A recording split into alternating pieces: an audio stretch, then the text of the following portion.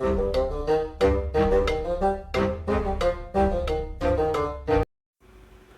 and welcome to the Curriculus. I'm a Monk, and today we're in Baldur's Gate 3. Today's video is a little bit of a guide for people unfamiliar with this style of game. Now, D&D Pathfinder games has become incredibly popular over the last few years, and I come to realize that a lot of new players, a lot of new gamers are stepping into this realm. Baldur's Gate 3 seems to be one of the most popular games of the year, and because of that, we've got an influx of new players not really understanding the basic mechanics of the game. So this video is to break down the different races within the game, what they actually come with, and just how good that race actually is. Now, one thing I will say before we actually get into this video, because this is going to be a bit of a long video, there's a lot of information to go over, but that is that you can do whatever the hell you want when it comes to role-playing your game the way you want to role-play it. However, on the harder difficulties, in the harder battles, having a very good, well put together created character can seriously save your game. So that's when actually understanding the things that you're popping in can come in clutch. But if you're here for the story, if you're here for just to enjoy the game, feel free to do whatever you want. I'm just trying to help guide you, give you a little bit of information if you want it. And don't forget, guys, if you do happen to enjoy this video, or perhaps you just find it entertaining, don't forget to hit that like button and of course subscribe to the channel, that we don't miss out on more videos just like this. Now, the elf naturally has a perception buff. You actually get a +3 on all dice rolls, and dice rolls are going to matter a lot within your game. The better perception you have, the more chances you are to find hidden items. They also come with the standard base racial speed. That is 9 meters per turn. That's how far they can move across the battlefield. Obviously, elves are naturally tall. They got long legs. They can move further than other creatures. They are also proficient in elven weaponry. They have access to long swords, short swords, the short bow, and of course the long bow as well. Everything you would imagine an elf using in any movie you've ever seen, they have access to.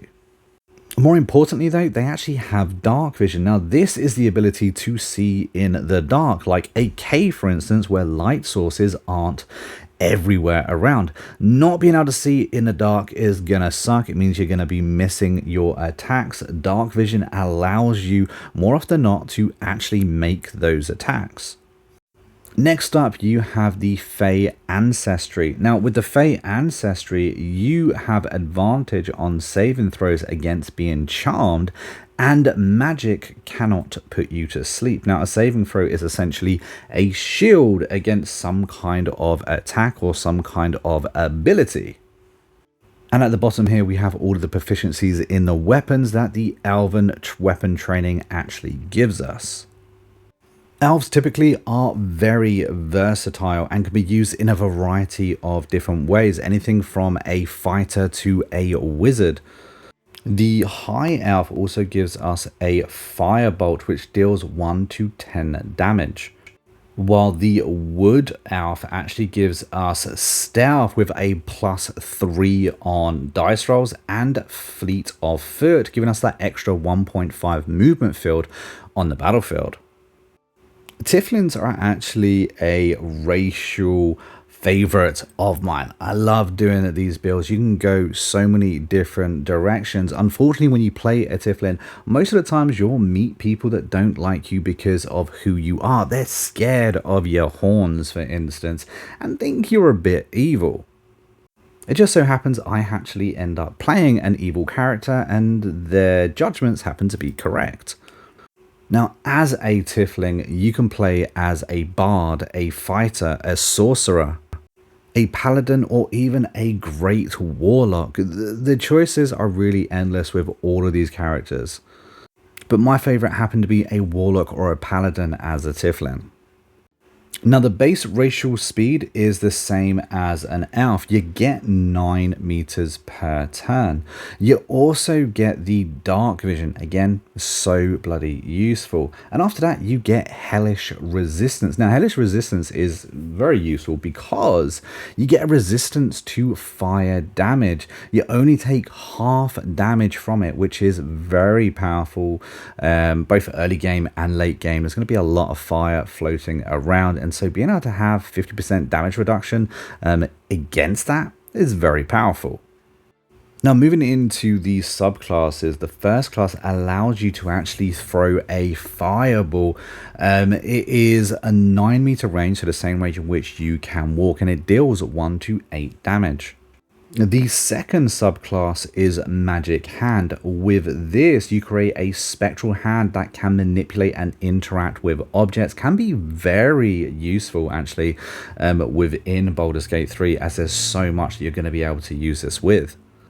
And the third and final subclass allows you to gain the advantage on intimidation and performance checks. This can last for up to 10 turns, which is a generous amount of time for which you to win the battle.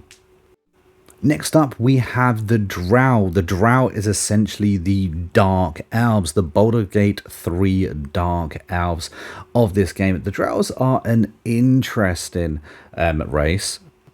I would go down the Sorcerer, Warlock, Wizard, or even a Ranger build for the Drow. And the first thing we gain from them is Dancing Lights. This illuminates a 9 meter radius, and again, it lasts up to 10 turns. It is a concentration spell, however. Your perception is also increased by 3, allowing you to see hidden items. And of course, you're as tall as everything else that we've seen, so you've got that 9 meters per turn movement speed as well. We also have Drow weapon training. You have proficiencies in the rapier, the short sword, and the hand crossbow. Now, there is an insane build you can do where you actually wield 2 hand crossbows. It's an incredibly powerful build. So that one for me is possibly where I would like to go. And you'll see a build of it on the channel eventually. Now here we actually have the superior dark vision. You actually see up to 24 meters with this. This is the highest version of this ability that you can get. Incredibly worthwhile, and the Drow are good probably purely because of that. And they also have the Fey Ancestry. Now, if you're looking to do a ranger build or a spellcaster build, the Drow, just because of that superior dark vision, the weapons they can use, the Fey Ancestry, is a really, really good option.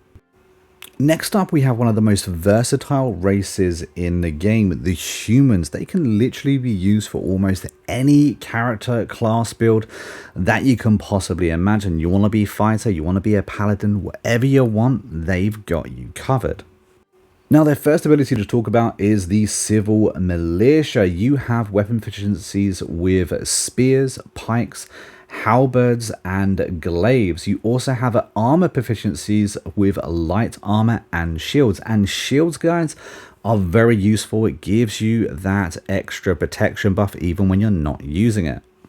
We also get the human versatility, which you can pick an additional skill to be proficient in. Whatever it is, you can choose it. That's why these guys are so useful, because you can really make them your own. They also get a carry capacity increase by 25%. So if you want to hoard all your items, these are the guys to do it. And if you're in single player and on your own, that may be why you'd want to pick a human. Next up, we have the Githyanki. Now, these guys make amazing monks, fighters, or rogues. And the first ability you get is Astral Knowledge. You gain proficiencies in all skills of a chosen ability until a long rest. Long rest is something that we can explain later in videos. Next up, we have the Magical Hand, where you conjure an invisible spectral hand that can manipulate and interact with objects. We have already spoken about that. They do have the standard 9 meter per turn movement. And they do have the rather awesome ability of Martial Prodigy, where you have armor proficiencies with light and medium armor, as well as proficiencies in the short sword, long sword, and the great sword. Next up, we have the classic Dwarven race. Now, this race is very, very famous. We know kind of what they already do from the movies alone. Now, they do have that base racial speed of only 7.5. Obviously, these guys are smaller. They got smaller legs, therefore they can't move as fast.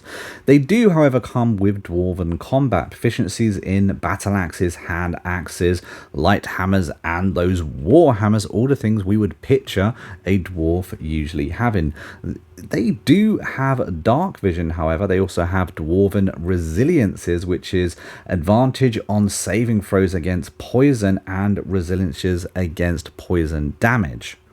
Going into the subclasses, the Gold Dwarf is really interesting because as you level up, you will get more hit points. So you can make a truly tanky character, perhaps the most tanky character, with the Gold Dwarf. Then, of course, you flip over to the Shield Dwarf. Now, the Shield Dwarf has Dwarven Armor Training.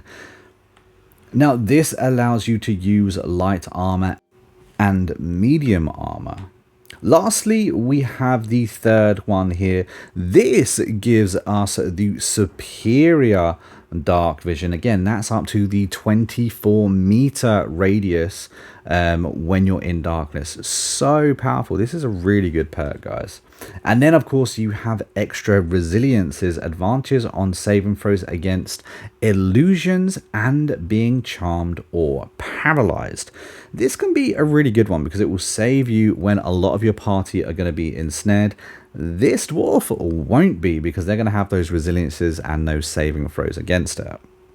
Next up, we have the Half Elf. This is a popular choice amongst many. A combination of human and elf. You do, of course, get the civil militar, which we've had before. I believe the humans had them. We also get the dark vision that the first elfin race gets as well. And we get the Fey ancestry with them too. Moving into the subclasses, you've got the high half elf, which gives you the firebolt for a little bit of extra damage.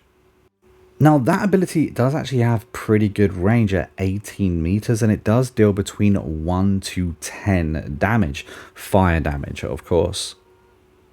Next up, we have the Wood Half Elf. This gets Stealth, which does give you that bonus to proficiency in throws. And you also get Fleet of Foot, giving you that extra movement speed, which can be very useful. Then you have the Drow Half Elf, which is the Dancing Light. So in other words, you can use that ability to illuminate caves and such.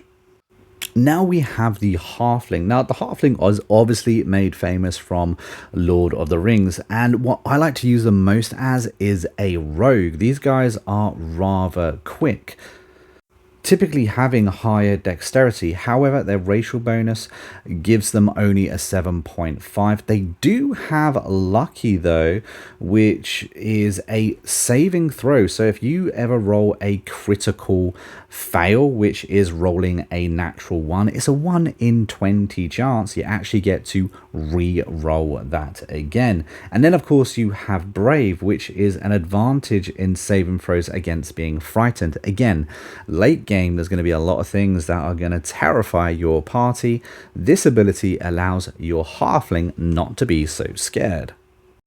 Within the subclasses, you have Light-Footed. Now, Light-Footed would naturally go very well with your rogue character. This gives you an advantage on stealth checks. Or, of course, you could go down the Strong Heart Elfling route. Here, you have an advantage on saving throws again against poison and poison damage. As a gnome, a druid, ranger, or a rogue are all solid options. And I've even gone down the sorcerer or the warlock route.